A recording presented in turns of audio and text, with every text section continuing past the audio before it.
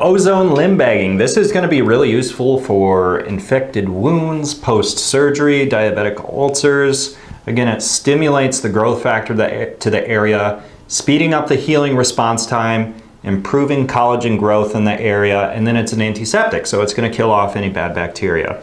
So this is what your limb bag is going to look like when you get it. And there's two types of limb bags. There's ones for the arms and ones for the legs. And the difference is the arm one is smaller, the leg one is a little bit bigger. The other thing you're going to need is an ozone destruct. So that is what this piece is. This neutralizes the excess ozone so that it's not going into the air, so that you're not breathing it.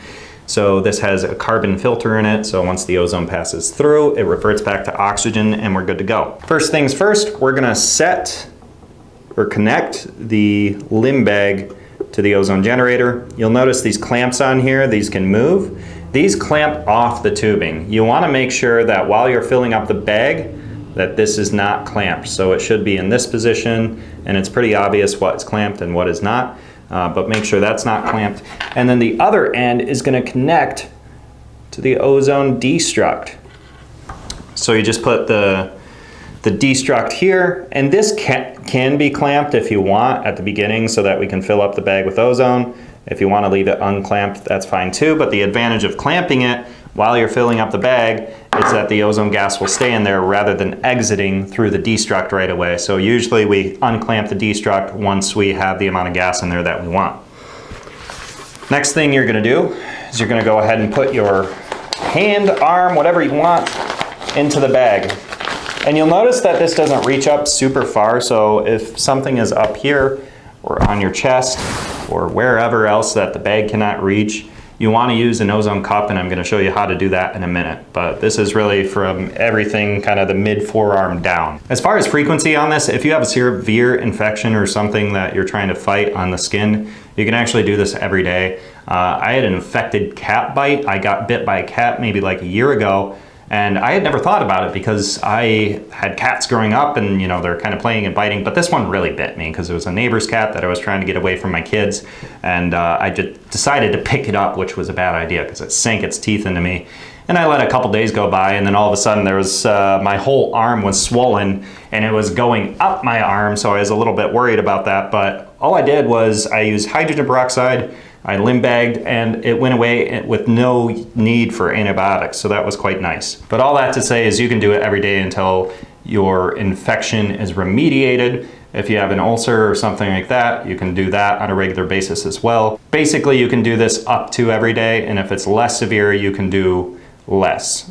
So if you just have something that's kind of, you know, like post-surgery or something, not infected, but you just want to heal up, you can do maybe 2-3 times a week, and that's going to be totally fine. Again, the protocols are going to be right below this video, so you don't have to remember all the numbers and all that kind of stuff. You can just refer to those, and those will come with the kit as well. The important thing is just to understand the setup, and then you can refer to the protocols as you need.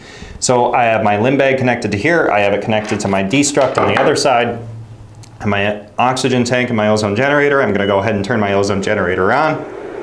With limb bagging, we usually use a higher concentration, like anywhere 73, 60, 50, any of those would be totally fine. So I'm gonna go ahead with 50, and I'm gonna set my regulator, or actually let's go with 60. So once my ozone generator is running, I'm gonna go ahead and set it to setting 10.